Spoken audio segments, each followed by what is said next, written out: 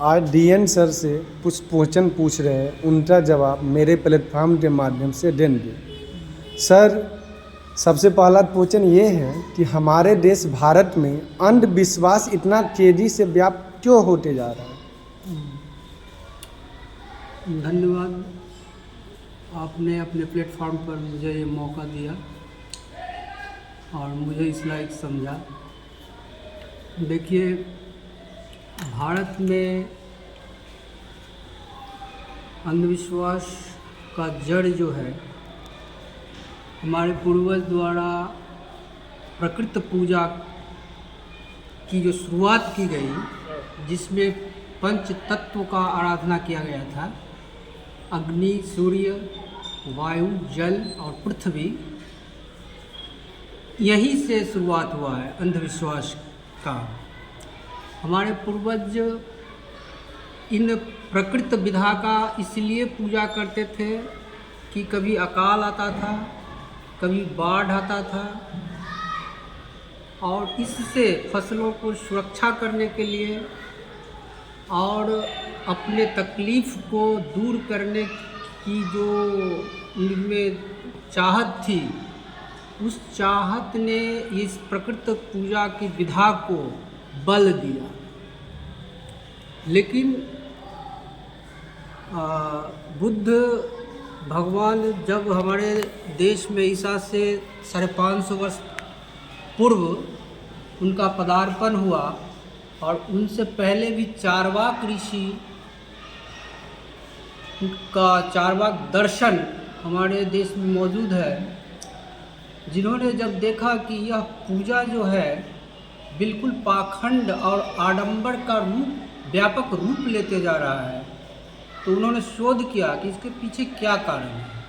हमारे पूर्वज तो अशिक्षित थे, बेरोजगार थे, उनको रोटी, कपड़ा और मकान के लिए वे हमेशा संघर्षरत रहते थे। तो ये पूजा का विधा जो है, ये पाखंड जो है, हमारे देश में इतने व्यापक रूप से कैसे प्रसारित हो रहा है।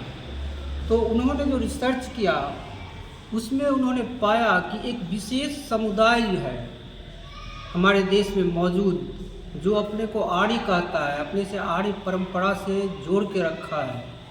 उसके द्वारा यह पाखंड तेज़ी से फैलाया जा रहा है और हमारे लोगों को बीमारी के नाम पे, प्राकृतिक आपदा के नाम पर सुरक्षा देने के लिए एक ईश्वर की संरचना का जो है सो उसका उन्होंने सूत्रधार किया, और उन्होंने कहा कि हमारे द्वारा जो लिखे गए वेद हैं, पुराण हैं, इसमें ईश्वर जो है आपको बनाया है, और ईश्वर द्वारा ही यह जितना दुख और सुख है प्रदत्त है, इसमें इंसान का कोई हाथ नहीं है। इसीलिए ईश्वर पूजनीय है।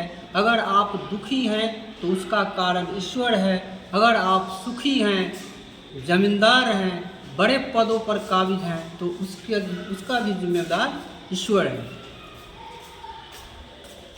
तो हमारे जो अशिक्षित पूर्वज थे, उन्होंने इस पर बिना सोचे समझे अनुपालन करना शुरू कर दिया, और यह दर पीढ़ी दर बढ़ता ही चला गया। यह विधा 4000 वर्ष पुरानी विधा है, जो कुछ आज बाहर से हमारे देश में आए और अपने सत्ता को संरक्षण देने के लिए ताकत और पाखंड का इस्तेमाल किया। किस चीज़ का इस्तेमाल किया? ताकत और पाखंड का। जहाँ उनको ज़रूरत हुआ उन्होंने ताकत का प्रयोग किया, और उसके बाद जो व्यापक अशिक्षित समाज था, उनमें एक ईश्वर की अवधारणा घर कर दी, जो आपका कल्याण मंदिर और मस्जिद से ही है।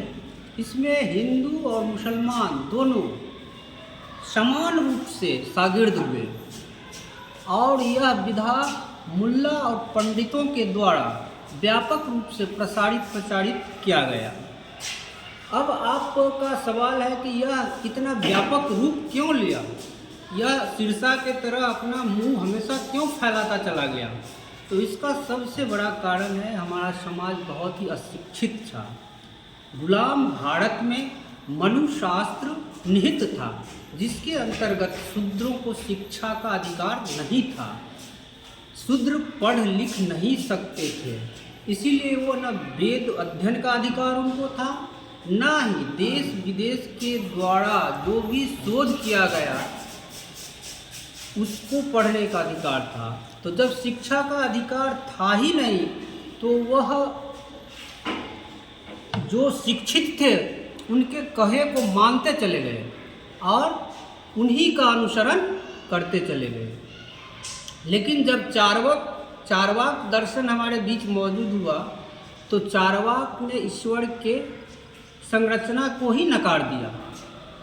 उन्होंने स्पष्ट रूप से कहा कि ईश्वर का कोई अस्तित्व नहीं है। अगर ईश्वर का अस्तित्व रहेगा तो दुख और सुख एक साथ नहीं हो सकता।